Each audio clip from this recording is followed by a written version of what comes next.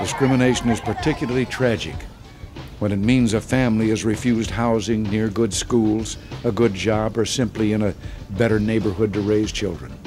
Water lines in several of the Pruitt Igoe apartment buildings broke, and the subsequent flow of water turned into ice. What does the implosion of a dystopian mega housing project, the purchase of bombs by President Reagan, extortion of a Dallas mayor, and a sex scandal that took down an American governor all have in common? Public housing. To work for a permanent solution to this problem which keeps coming up time and time and time again. In today's video, I'll tell you the tale of how public housing was privatized in the United States. And at the end of it all, ask you the question, was it worth it? Let's go ahead and dive right in. It is time for a new federalism in which power, funds, and responsibility will flow from Washington to the states and to the people.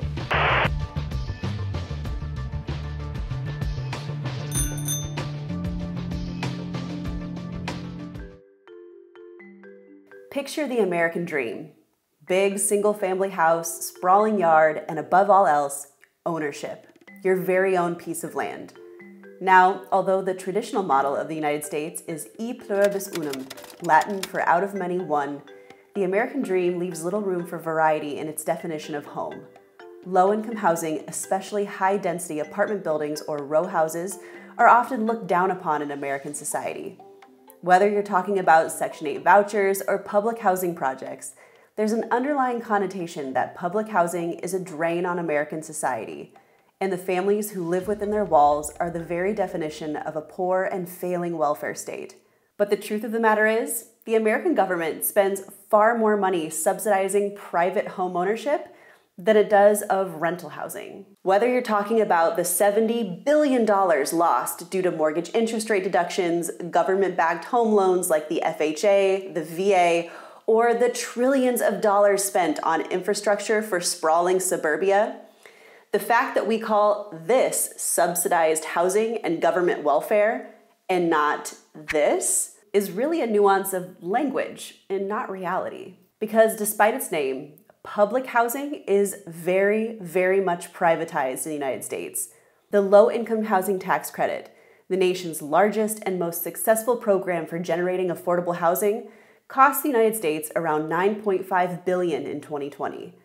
But low-income housing is worth trillions in added jobs, capital from private investment firms, and the generation of an entire industry built around this one federal program. Low-income housing is big business, and more countries around the globe are turning towards the privatization of public housing. Since a 2006 reform, social housing in Germany has been administered solely by state governments, and nationwide, the number of subsidized homes has sunk massively in the past 30 years, as privatization has taken hold and local governments have sold off their housing assets. So how did we get here? Well, I think it's best we start at the beginning of this story.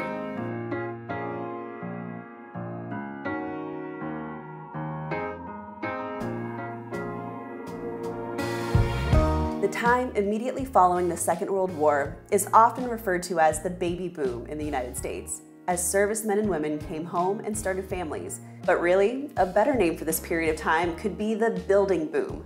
The 1944 authorization of the Veterans Administration, or VA Home Loan Program, guaranteed millions of single-family and mobile home loans. The increase in housing construction following the Second World War led to the growth of suburban areas, and is in part attributable to this financing program. But this infamous white flight during the late 40s and 50s also meant that this exodus to the suburbs led to declining urban areas and the need for a shift in housing programs. The Housing Act of 1949 set the goal of a decent home and suitable living environment for every American family, and authorized funds to localities to assist in slum clearance and urban redevelopment, new construction, and infrastructure. So fast forward just 5 years later, and probably the most infamous outcome of this housing policy was the Pruitt Igoe project. The Captain W.O. Pruitt homes and William L. Igoe apartments, a racially segregated middle-class complex of 33 11-story buildings, opened to great fanfare on the north side of St. Louis between 1954 and 1956. But within a decade, it would become a decrepit warehouse exclusively inhabited by poor Black residents. Within 2 decades, it would undergo complete demolition. Reports inside of Pruitt Igoe proliferated of property crime, gang activity, drug dealing, prostitution, and murder. Heaters, toilets, garbage incinerators, and electricity all malfunctioned, and at one point, the faulty plumbing let loose floods of raw sewage through the hallways. Essential building maintenance, paid for by modest rental fees drawn from ever smaller and more impoverished group of tenants, ended up deferred and ultimately denied. So whether you call Pruitt Igoe's demise a failure of architecture, a failure of policy, its fate remains bound up and reflective of the fate of many American cities in the mid-20th century. In fact, even before the dust settled from the infamous, widely televised 1972 implosion of one of Pruitt Igoe's buildings, the architectural historian Charles Jenks decreed that this very moment was the day when modern architecture died. But Jenks' opinion played into the biases of many opponents of the public housing project and low-income housing in general, ignoring the economic reasons for failure, the constraints on cost, the flaws in construction, and the unavoidable maintenance and repair bills. The Jenks analysis became the received wisdom. It's in part why today many opponents of public housing point to Pruitt Igoe as it just being too socialistic, and will often use it as a springboard for advocating for the dismantling of low-income housing altogether. Because quite frankly, it's easy and expedient to blame the large number of Black American residents than to look at systemic issues that society and local governments created. By the fall of 1973, then President Nixon was lamenting the demise of Pruitt Igoe and declaring federal housing programs nationwide a failure, parroting mainstream characterizations by arguing that it was quote-unquote wasteful to build new housing for low-income households.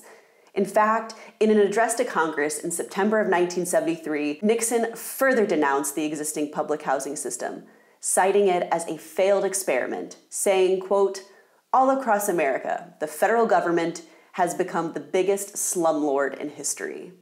And we will start on a new road toward reform of a welfare system that bleeds the taxpayer, corrodes the community, and demeans those it is intended to assist. And although this concept wasn't necessarily widely accepted at the time, it was enough to really sort of swing disinvestment away from the construction and maintenance of public housing. And by the 1980s, this bandwagon of disinvesting in low-income housing was gaining more and more traction. Now, I don't want to come off as too crass here, but if I'm going to be honest, low-income housing became practically a joke in the 1980s. I mean, seriously, there was at one point when President Reagan famously failed to even recognize Samuel Pierce, his very own HUD secretary and member of his cabinet. So, unsurprisingly, under Reagan, federal spending on subsidized housing, including state-owned public housing and housing vouchers, dropped from $26 billion to just $8 billion, barely enough to maintain the government's existing stock of public units. And where did that money go, you might ask? Well, President Reagan went on a bit of a spending spree. Not on houses, but on munitions and military technology. Between 1980 and 1985, the number of dollars devoted each year to defense more than doubled, from $142.6 billion to $286.8 billion. And by the time Reagan stepped down from the helm, he had expanded the U.S. military budget to a staggering 43% increase over the total expenditure during the height of the Vietnam War. We would all be safe knowing that if such a madman project is ever attempted, there isn't any of us that couldn't defend ourselves against it. And at the same time, he signed into law the Tax Reform Act of 1986, which really was sort of the cornerstone of what we call today Reagonomics. Policies which called for widespread tax cuts, decreased social spending, increased military spending, and the deregulation of domestic markets. And part of this Tax Reform Act was the Low-Income Housing Tax Credit, or LIHTC. The way it works today is that the federal government issues tax credits to state and territorial governments. State housing agencies then award the credits to private developers of affordable rental housing projects through a competitive process. Since the mid-1990s, LIHTC has supported the construction or rehabilitation of about 110,000 affordable rental units each year, over 2 million since its inception. So in short, the federal government today really isn't in the construction and development business of low-income housing, not directly at least. Instead, they leverage private industry in order to generate low-income housing, and they do so through tax incentives. Which is why when we take a look at the overall public housing stock in the United States, it looks a lot like this. From the 1930s to the mid-1970s, housing assistance was oriented around the direct provision of public housing. But the number of housing units, which date back again to about the early 1930s, peaked in 1991 and has shrunk by nearly 23%, over 300,000 units since. That's because federal policy has shifted away from public housing programs and towards rental assistance programs supported by Section 8 and low-income housing tax credits. It isn't that we have less affordable units available to low-income families. They just look like and are managed a whole lot different than the way they used to be. But despite its success, the program isn't without its Achilles heel. Because, you see, there was something I mentioned earlier, and that's that it's a competitive process. In order to actually get LIHTC credits, developers have to compete against one another for the funding, which has led not only to significant disadvantages, but spectacular and salacious stories of corruption, greed, and extortion. As I mentioned in the last section, LIHTC is a federal program, but it's administered by the states.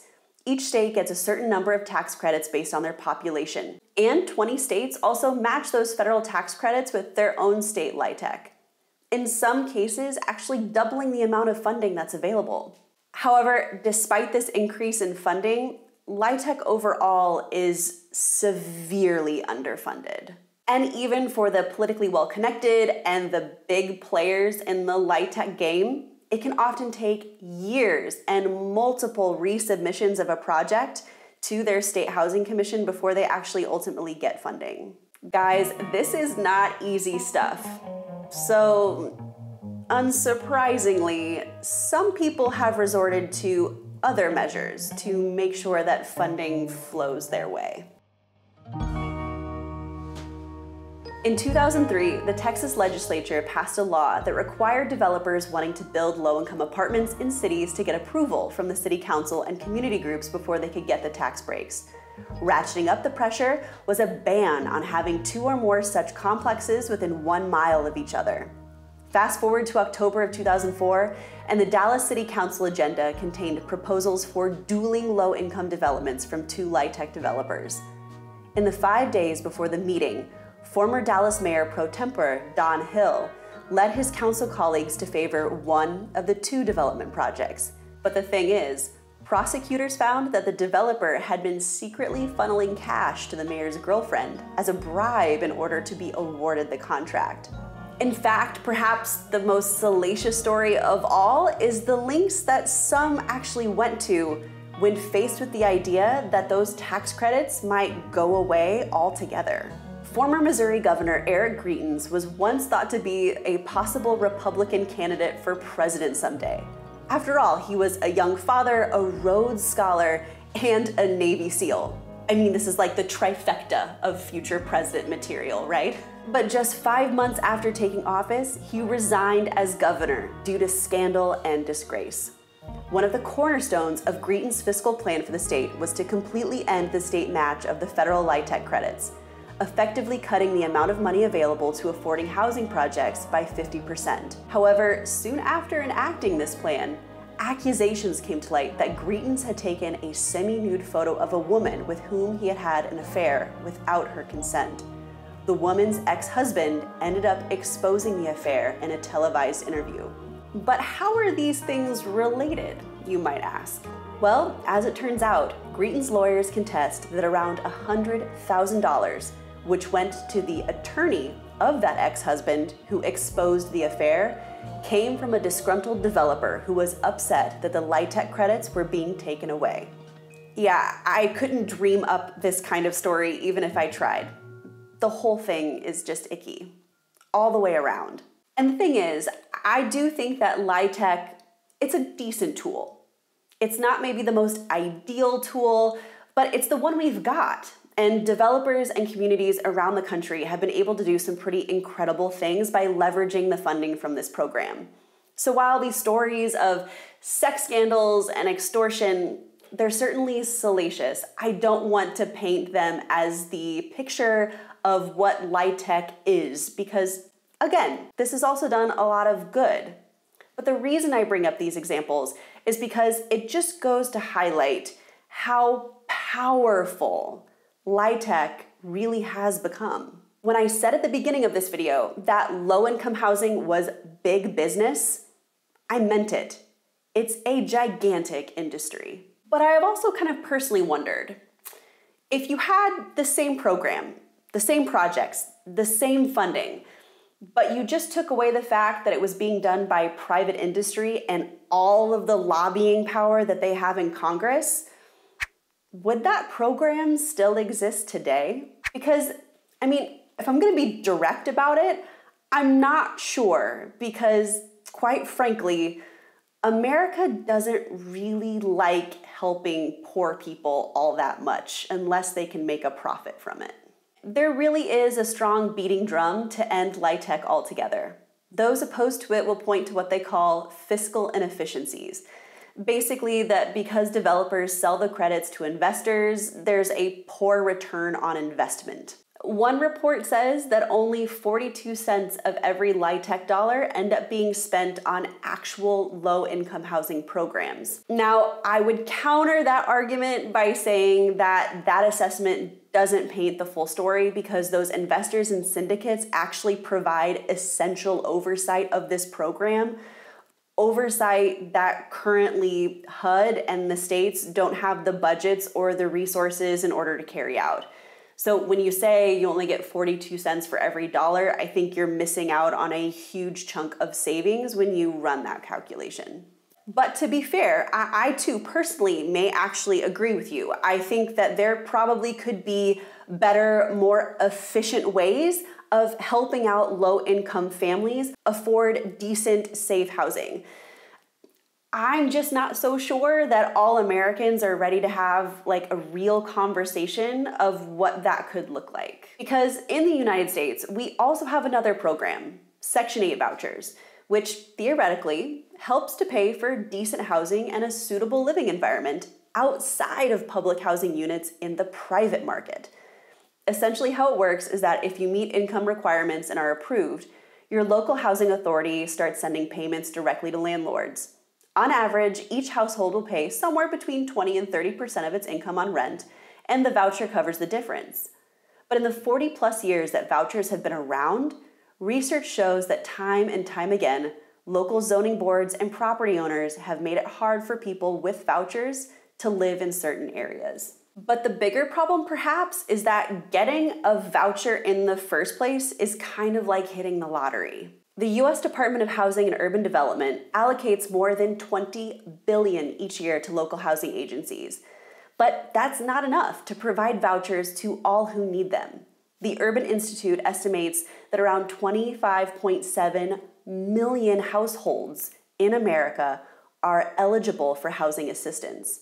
But because they don't have the funding, many cities around the United States have actually shut down their wait lists completely. They won't even let you sign up or apply for them because the wait list is that long. Much like LIHTC, Section 8 is drastically underfunded. And unfortunately, it's politically a lot easier to cut funding from low-income housing programs when it comes time to actually make those fiscal budgets. But perhaps something the United States could actually consider doing is broadening its sense of housing assistance, perhaps by even giving low-income families direct cash assistance to help with their rent. For example, in addition to public housing developments, low-income households in Germany can apply for a housing benefit called Wohngeld, a government contribution towards housing costs. Financially stretched households in Germany can apply for housing benefits under certain conditions. The state benefit is given to anyone whose total monthly income falls under a set limit. Granted, They cannot be a recipient of other Social Security benefits like unemployment or student grants. But the exact amount a person receives is determined by a number of factors, including your household income, your rent level, and the number of household members.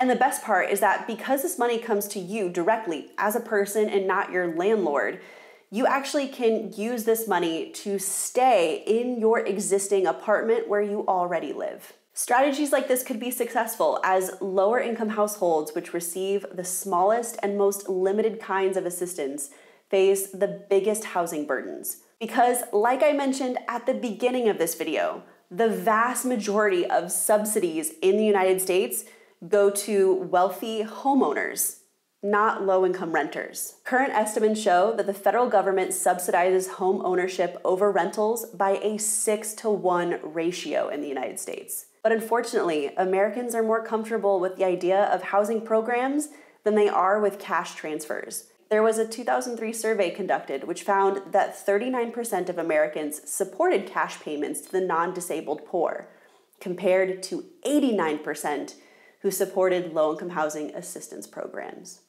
Okay guys, so this was actually a pretty heavy video today. Housing, especially low-income housing, really does shed light on historic disinvestment of poor minority neighborhoods. But at the beginning of this video, I asked you a question. Whether or not you felt that the privatization of public housing, well, has it all been worth it? So at this point in the video, I'd like to ask you a question and have you let me know down in the comment section below. What do you think is the best strategy for helping low-income and even middle-income families better afford housing solutions? Do you think privatization is the way to go, or that the government is better suited to administer these programs? Should it happen directly by building low-income housing? Or do you think we should really encourage more people to afford rental apartments that are already in the private market? Let me know down in the comment section below. And as always, if you enjoyed today's video, be sure to hit that thumbs up button. And for more content from the Black Forest family, hit that subscribe button. So, see you next Sunday. Cheers! On the next episode of the Black Forest family, climate change is perhaps the most important and pressing issue that we face today. As a new homeowner, I had a lot of questions about what sort of programs or tax incentives or subsidies were available to me in order to make our home more resilient for the future. So for the final video, wrapping up this series on housing, we'll be exploring different approaches to sustainable solutions for housing from a government standpoint. In what ways are the American and German governments incentivizing green building construction and its technology? And is it actually going to be enough to save the planet?